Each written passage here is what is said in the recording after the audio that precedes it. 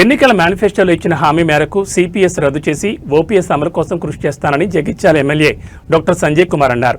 PRTU TS Jagtial జిల్లా శాఖ అధ్యక్ష ప్రధాన కార్యదర్శులు బోయినపల్లి ఆనందరావు, యాళ్ల అమర్నాథ్ రెడ్డి అధ్యక్షతన జరిగిన జిల్లా సర్వసభ్య సమావేశానికి ఆయన హాజరయ్యారు. ఈ సందర్భంగా ఎమ్మెల్యే సంజయ్ కుమార్ మాట్లాడుతూ ఉపాధ్యాయ సమస్యలు సీఎం దృష్టికి తీసుకెళ్లి పరిష్కారం కోసం కృషి చేస్తానన్నారు. అలాగే ప్రభుత్వ పాఠశాలలో మౌలిక వసతుల కోసం కృషి చేస్తానని చెప్పారు.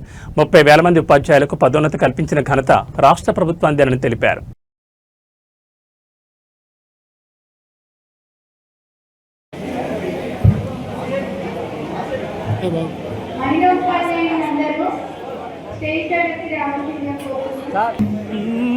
ప్రభాకరన్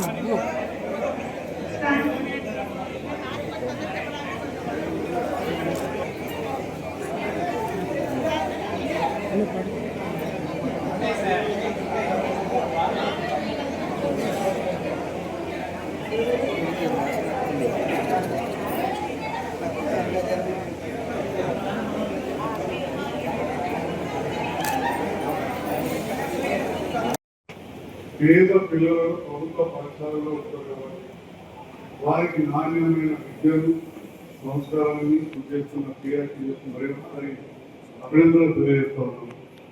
ఈరోజు జిల్లా కార్యవర్గ సమావేశం ఏర్పడుతుంది. ఉత్తమ ఉపాధ్యాయులకు సన్మాన కార్యక్రమాన్ని గమనించుకోవాలి. మరి అదేవిధంగా వచ్చిన సందర్భంలో వివిధ సమస్యల గురించి కూడా ఇప్పటికప్పుడు చెప్తూ ఉంటారు.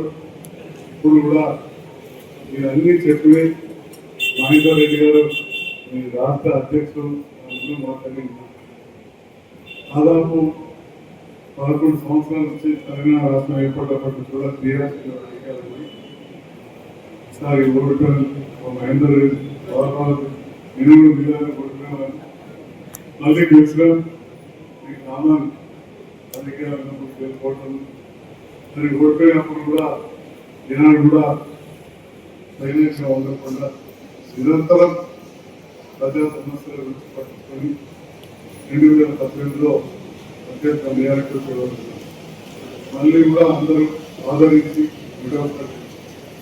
ఈ సందర్భంలో చాలా సమస్యలు ముఖ్యంగా ఎక్కువ కూడా అప్పుడు తెలంగాణ రాష్ట్రం ఏర్పడిన తర్వాత పెద్ద ఎత్తున టీఆర్సీకి 43% ట్రీట్మెంట్ ఇచ్చినా కానీ సాధారణ మొదట సందర్భపడ్డా కానీ ట్రాన్స్ఫర్ లేవు, ప్రమోషన్స్ లేవని ఇంకా నిజమైన ఆవేదన నిరంతరం వ్యక్తం చేశారు. గౌరవ ముఖ్యమంత్రి రేవంత్ రెడ్డి గారు కొత్త ప్రభుత్వం ఏర్పడిన తర్వాత వారు తీసుకున్న సాహసోపేతమైన నిర్ణయం 25,000 మందికి ప్రమోషన్ ఇవ్వడం అనేది అభినందనీయం. మీ అందరి పక్షంలో వారికి ధన్యవాదాలు తెలియజేస్తారు. ఏదైతే చర్చించులో నా ముఖ్యమంత్రి ఖచ్చితంగా ముఖ్యమంత్రిగా తీసుకెళ్తానో తెలియజేస్తాను. అదేవిధంగా స్కూళ్ళలో చాలా సమస్యలు ఉన్నాయి. అతి ముఖ్యమైన సమస్య మిగతా విద్యావంతులై విద్య ఇవ్వాలి. పిల్లల కోసం స్కూల్కి వెళ్ళినప్పుడు ఊడ్చేటోళ్ళు లేని పరిస్థితి, బాత్రూమ్లలో నీళ్లు పెట్టలేని పరిస్థితి, అది కూడా ముఖ్యమంత్రి గారు రేవంత్ రెడ్డి గారు తీసుకుంది. ఇలా చెప్పుకుంటూ పోతే కొన్ని సార్లు ఎన్ని ఉన్నా కానీ కొంత ప్రభుత్వ పాఠశాలలో కొన్ని వసతులు కావాల్సి ముఖ్యంగా టీచర్ల విషయానికి వస్తే ముందు మధ్య కూడా చర్చ జరిగింది చెప్తా ఉన్నారు.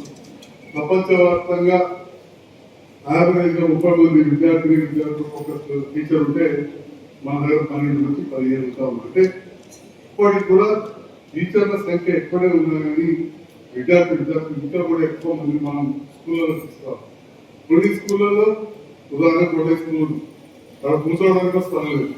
నేను జస్ట్ ఇప్పుడే రాయగల నుంచి వచ్చిన అక్కడ ఎత్తున్నారు వ్యవసాయ స్కూల్లో క్లాస్ రూమ్ జరగబోతారు. ఈ రోజు నాకు ఇప్పుడు ఉంచారు అక్కడ మాజీ ప్రజాప్రతినిధి. బాయ్స్ స్కూల్లో స్ట్రెంత్ లేదు. వాళ్ళు లాస్ట్ ఇప్పటికి ఇప్పుడు కట్టించారు కాదు కానీ అబ్బాయిల దాకా పారిపోయారు, అమ్మాయిల దాకా పారిపోయింది, కట్టాయికి పడిపోతుంది. అంటే ఈ రకమైన అసమానత కొంత సమతుల్యత రేఖబందికి ఇక్కడ మహేందర్ రెడ్డి గారు నూతన విద్యా విధానాన్ని కూడా తీసుకురాబోతున్నారు. గౌరవ ముఖ్యమంత్రి గారు కూడా చెప్తా ఉంటారు, నేను కూడా జెడ్పీహెచ్ఎస్ స్కూల్ నుంచి వచ్చినాను. సో వాళ్ళు జెడ్పీహెచ్ఎస్ నుంచి వచ్చి నేను మున్సిపల్ స్కూల్ నుంచి వచ్చాను. సో సో స్కూళ్ళ సమస్యలు కావచ్చు, టీచర్ల సమస్యలు పూర్తి స్థాయిలో అవగాహన ఉన్న ముఖ్యమంత్రి వారే విద్యాశాఖ కూడా నిర్వహిస్తున్నారు కాబట్టి తప్పకుండా వివిధ అంశాలపైన మీరు ఏదైతే ఈరోజు తీర్మానం చేస్తున్నారో అవన్నీ కావచ్చు. అదేవిధంగా మీ నాయకుడు మిత్రుడు ఎమ్మెల్సీ శ్రీపాల్ రెడ్డి గారితో కలిసి నేను కూడా ఏదున్నా కానీ ముఖ్యమంత్రి గారు తీసుకెళ్లి పరిష్కారం వైపు నేను కూడా కృషి చేస్తానని చెప్పి తెలియజేస్తూ హృదయపూర్వక ధన్యవాదాలు, శుభాకాంక్షలు.